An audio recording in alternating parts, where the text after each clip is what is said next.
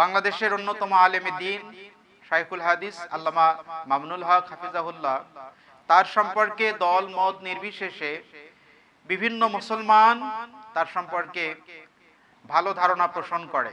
আমরা অত্যন্ত লজ্জিত যে বাংলাদেশের একজন বিশিষ্ট আলেমে দ্বীন তিনি এত ছোটভাবে এই কথাগুলো কিভাবে বলতে পারেন যে 2-4 জন লোক সেখানে উপস্থিত হয়েছিলেন এবং তারা, আমি বাম পাশে থাকার কারণে তারা খাটিয়া ধরতে পারেনি, তারা অপর পাশে গিয়ে তারা খাটিয়ার হাতল ধরে ছবি নিয়েছেন।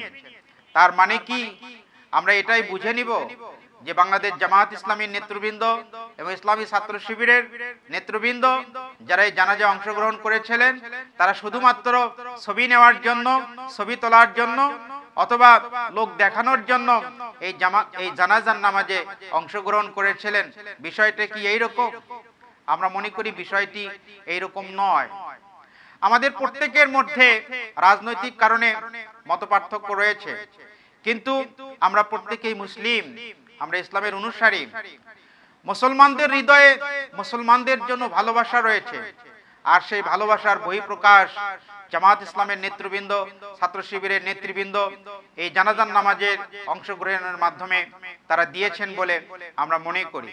আরো স্মরণ করিয়ে দিতে চাই, আল্লামা মামুনুল হক, তার প্রতি আমাদের অন্তরে মহব্বত রয়েছে, ভালোবাসা রয়েছে।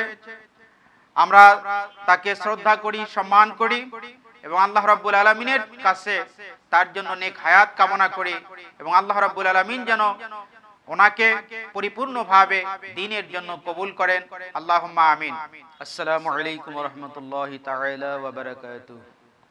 আলহামদুলিল্লাহি রাব্বিল আলামিন, আসসালাতু ওয়াসসালামু আলা সাইয়্যিদিল মুরসালিন ওয়া আলা আলিহি ওয়া আসহাবিহি আজমাইন।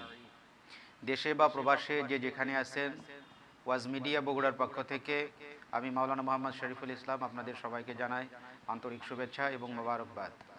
আশা করি আপনারা মহান আল্লাহ রাব্বুল আলামিনের অশেষ মেহেরবাণীতে ভালো আছেন, সুস্থ আছেন। আমিও আল্লাহ রাব্বুল আলামিনের অশেষ মেহেরবাণীতে ভালো আছি। শুকরিয়া আদায় করছি আল্লাহ রাব্বুল আলামিনের, আলহামদুলিল্লাহ। দরুদ শরীফ পাঠ করছি বিশ্বনবীর উপরে সাল্লাল্লাহু আলাইহি ওয়াসাল্লাম।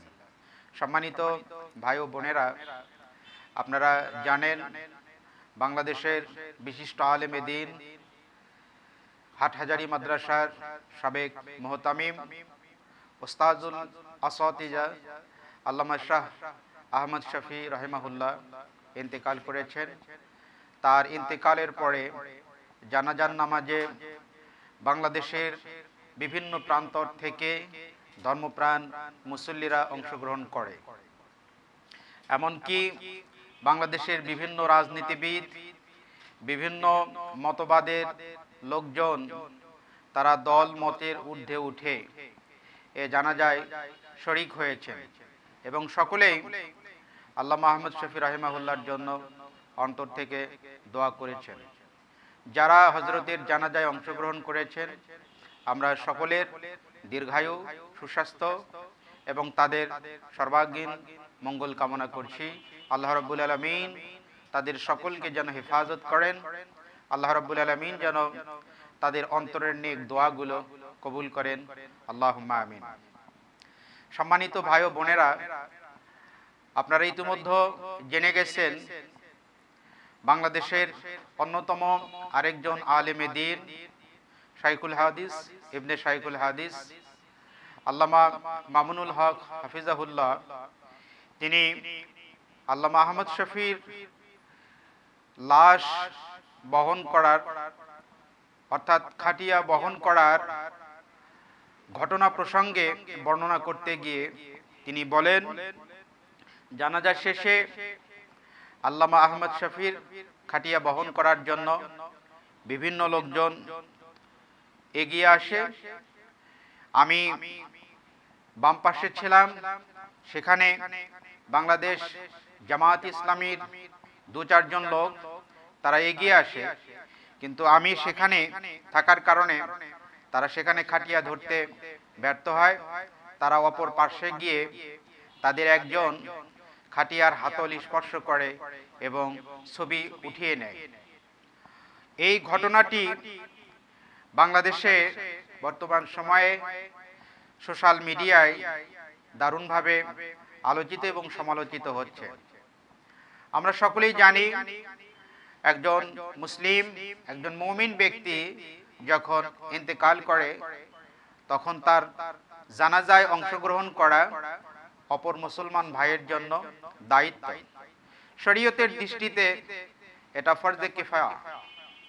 কিছু সংখ্যক লোক জানাজার নামাজে অংশগ্রহণ করলে সকলের পক্ষ থেকে আদায় হয়ে যায়। আমরা লক্ষ্য করেছি ইতিপূর্বে আলিয়া মাদ্রাসা এবং কওমি মাদ্রাসা এই দুটি বাংলাদেশের ধর্মীয় শিক্ষা প্রতিষ্ঠান। কওমি মাদ্রাসার অনেক আলেম ওলামা যারা বাংলাদেশ জামাত ইসলামী সম্পর্কে বরাবরই তারা নেতিবাচক ধারণা পোষণ করে থাকেন এবং বিভিন্ন কর্মকাণ্ডের মাধ্যমে তারা বাংলাদেশ জামাত ইসলামীর বিভিন্ন সমালোচনা করে থাকেন। যাই হোক, সেটা একটি ভিন্ন বিষয়, আমি সে বিষয় নিয়ে আলোচনা করব না। আমার আলোচনার মূল বিষয় হলো বাংলাদেশের অন্যতম আলেমে দ্বীন শাইখুল হাদিস আল্লামা মামুনুল হক হাফিজাহুল্লাহ, তার সম্পর্কে দল মত নির্বিশেষে বিভিন্ন মুসলমান তার সম্পর্কে ভালো ধারণা পোষণ করে। জানাজার নামাজে অংশগ্রহণ করার মধ্য দিয়ে আমরা মনে করি বাংলাদেশ জামাত ইসলামীর নেতৃবৃন্দ এবং বাংলাদেশ ইসলামী ছাত্র শিবিরের নেতৃবৃন্দ যারা আল্লামা আহমদ শফির জানাজায় অংশগ্রহণ করেছেন, তারা এই কাজের মাধ্যমে তারা উদারতার প্রমাণ দেখিয়েছেন। তারা এটা প্রমাণ করেছেন রাজনৈতিক মতপার্থক্য আমাদের মধ্যে আছে, কিন্তু একজন ধর্মপ্রাণ, একজন মুমিন, একজন আলেমে দ্বীন, একজন পরহেজগার ব্যক্তি যখন দুনিয়া থেকে বিদায় নিয়ে অন্ধকারময় কবরের বাসিন্দা হয়ে যাবে, আমরা দ্বীনি খাতিরে, আমরা ইমানের খাতিরে আমাদের অন্তরে মুসলমানদের জন্য ভালোবাসা থাকার কারণে, ওলামাদের প্রতি মহব্বত থাকার কারণে এই সমস্ত মতপার্থক্যের উপরে উঠে আমরা যেন প্রত্যেক মুমিন ব্যক্তির জানাজায় অংশগ্রহণ করতে পারি, এই চিন্তা চেতনার বহিঃপ্রকাশ ঘটেছে বাংলাদেশ জামাত ইসলামী এবং ইসলামী ছাত্র শিবিরের নেতৃবৃন্দের এই জানাজায় অংশগ্রহণ করার মাধ্যমে। আমরা অত্যন্ত লজ্জিত যে বাংলাদেশের একজন বিশিষ্ট আলেমে দ্বীন তিনি এত ছোটভাবে এই কথাগুলো কিভাবে বলতে পারেন, যে 2-4 জন লোক সেখানে উপস্থিত হয়েছিলেন এবং তারা, আমি বাম পাশে থাকার কারণে তারা খাটিয়া ধরতে পারেনি, তারা অপর পাশে গিয়ে তারা খাটিয়ার হাতল ধরে ছবি নিয়েছেন। তার মানে কি আমরা এটাই বুঝে নিব যে বাংলাদেশ জামাত ইসলামীর নেতৃবৃন্দ এবং ইসলামী ছাত্র শিবিরের নেতৃবৃন্দ যারা এই জানাজায় অংশগ্রহণ করেছিলেন তারা শুধুমাত্র ছবি নেওয়ার জন্য, ছবি তোলার জন্য অথবা লোক দেখানোর জন্য এই জানাজার নামাজে অংশগ্রহণ করেছিলেন? বিষয়টা কি এইরকম? আমরা মনে করি বিষয়টি এইরকম নয়। আমাদের প্রত্যেকের মধ্যে রাজনৈতিক কারণে মতপার্থক্য রয়েছে, কিন্তু আমরা প্রত্যেকেই মুসলিম, আমরা ইসলামের অনুসারী। মুসলমানদের হৃদয়ে মুসলমানদের জন্য ভালোবাসা রয়েছে, আর সেই ভালোবাসার বহিঃপ্রকাশ জামাত ইসলামের নেতৃবৃন্দ, ছাত্র শিবিরের নেতৃবৃন্দ এই জানাজার নামাজের অংশগ্রহণের মাধ্যমে তারা দিয়েছেন বলে আমরা মনে করি। আমরা আরো স্মরণ করিয়ে দিতে চাই আল্লামা মামুনুল হক, তার প্রতি আমাদের অন্তরে মহব্বত রয়েছে, ভালোবাসা রয়েছে। আমরা তাকে শ্রদ্ধা করি, সম্মান করি এবং আল্লাহ রাব্বুল আলামিনের কাছে তার জন্য নেক হায়াত কামনা করি এবং আল্লাহ রাব্বুল আলামিন যেন ওনাকে পরিপূর্ণভাবে দ্বীনের জন্য কবুল করেন, আল্লাহুম্মা আমিন।